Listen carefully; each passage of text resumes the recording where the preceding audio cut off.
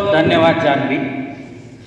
इसके पश्चात 7वीं कक्षा का साक्षी कक्षा की आर्या देशमुख को मैं मंच पर आमंत्रित करता हूँ कि अपना मंतव्य प्रस्तुत करें। आर्या देशमुख। वय लहान असले तरी ज्यांचे विचार हिमालयापेक्षा उंच होते, मुघलांच्या सत्तेला ज्यांनी आपल्या अढळ निष्ठेने हदरावून सोडले, त्या वीर साहिबजाद्यांना माझा कोटी कोटी प्रणाम। आदरणीय व्यासपीठ, पूज्य गुरुजनवर्ग आणि माझे मित्रमैत्रिणींनो, आज आपण येथे वीर बाल दिवस साजरा करण्यासाठी जमलो आहोत। दरवर्षी 26 डिसेंबर हा दिवस संपूर्ण भारतात वीर बाल दिवस म्हणून साजरा केला जातो। हा दिवस शीख धर्माचे 10वे गुरु गोविंद सिंगजी यांचे 2 पुत्रांच्या साहिबजादा जोरावर सिंगजी आणि साहिबजादा फतेह सिंगजी यांच्या स्मरणार्थ साजरा केला जातो। वयाच्या अवघ्या 7व्या आणि 9व्या वर्षी या बालवीरांनी आपल्या आदर्शासाठी सर्वोच्च बलिदान दिले।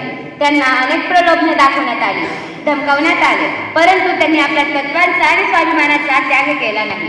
परिणामी त्यांना भिंतीत चिणून मारण्याची शिक्षा देण्यात आली। अत्यंत कमी वयात त्यांनी दाखवलेले हे धैर्य आणि शौर्य आपल्याला अन्यायाविरुद्ध लढण्याची प्रेरणा देते।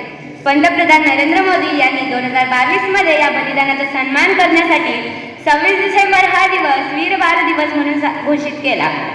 आजच्या या दिनी आपण या महान बालवीरांना अभिवादन करूया आणि त्यांच्याकडून निष्ठा आणि धैर्याचा वारसा घेऊया। शेवटी एवढंच म्हणेन, मृत्यू समोर उभा असतानाही ज्यांच्या चेहऱ्यावर हसू होते अशा साहिबजाद्यांचे रक्त या मातीत मिळते। वीर बाल दिवस केवळ शोक करण्याचा दिवस नाही, तर त्यांच्या अतुलनीय धैर्याचा उत्सव साजरा करण्याचा दिवस आहे। धन्यवाद।